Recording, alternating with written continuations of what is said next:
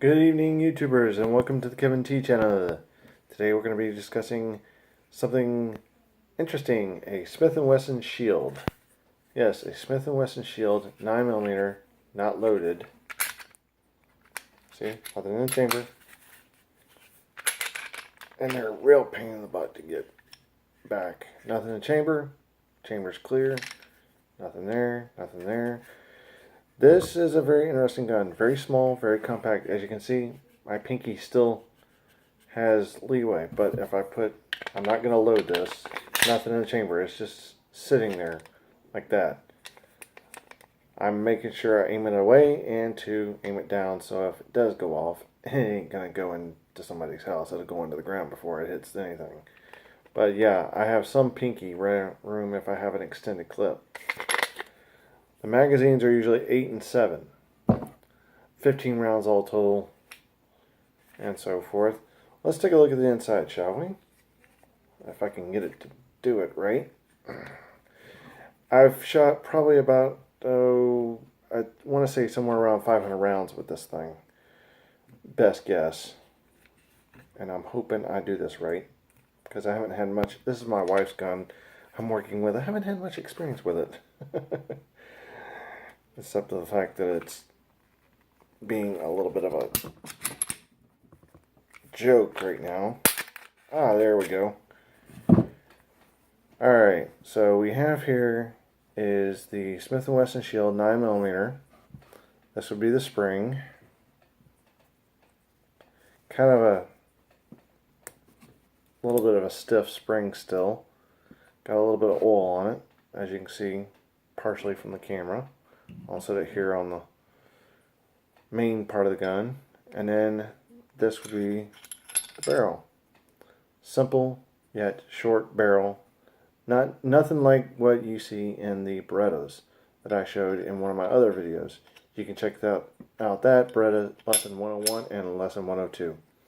This would be lesson 101, 9mm for the Smith & Wesson shield.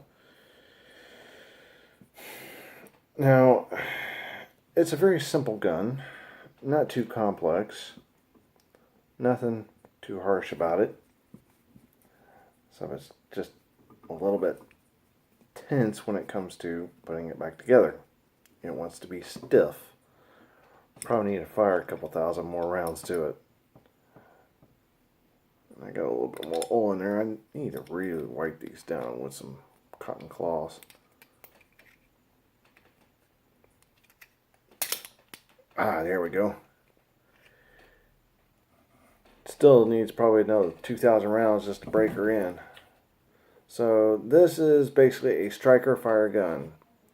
Which that means is the firing pin is actually internal instead of external. There's no hammer on the back of the gun, which would be right here.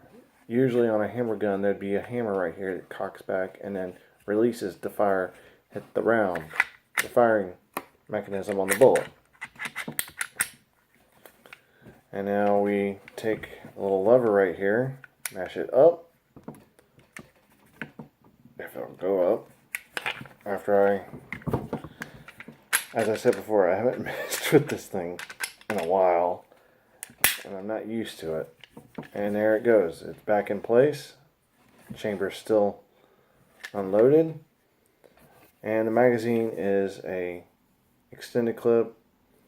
As I said before, I leave my guns not even chambered. I leave them loaded but not chambered. And the safety is on all the time. As you can see, safety right here, still intact. Still there.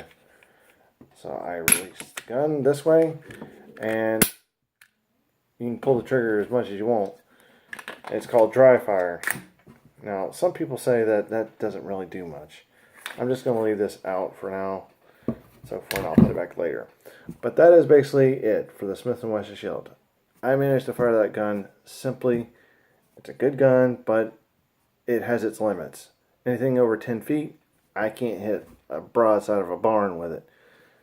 But I've had limited use with it.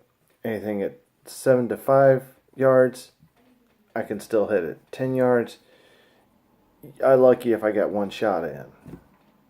But yeah, it is a good concealed carry gun. This happens to be the holster with it, and I will show that later in another video, which I'll be showing later tonight. So thank you, and please subscribe to my channel. This is Kevin T.